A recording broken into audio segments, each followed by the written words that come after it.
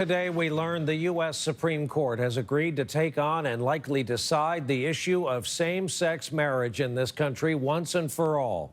Few issues have ever moved this fast in the history of our American society.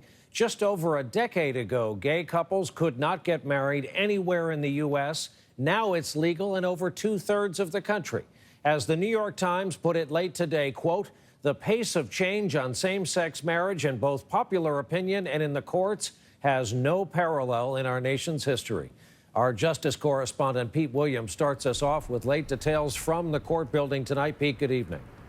Brian, good evening. This is the first big showdown of its kind since the Supreme Court banned laws against interracial marriage almost 50 years ago. Now it will decide whether same-sex marriage will be the law of the land. The court agreed to answer two questions. Does the Constitution require states to grant marriage licenses to same-sex couples?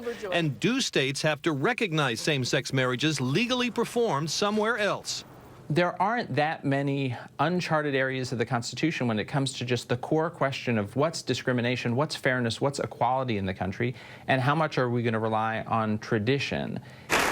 Among the cases granted today, a challenge to Michigan's ban on same-sex marriage, brought by April DeBoer and Jane Rouse. Together 8 years, each has adopted 2 special needs children. They want to be married so both can be parents of all the children. We saw something that was wrong and we decided we needed to make it right.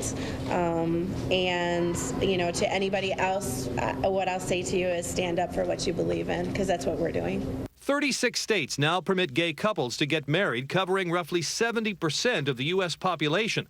But courts ruling the other way have upheld bans on gay marriage in 5 other states, a split the Supreme Court will now resolve. Groups defending the state ban say the big question is who gets to decide.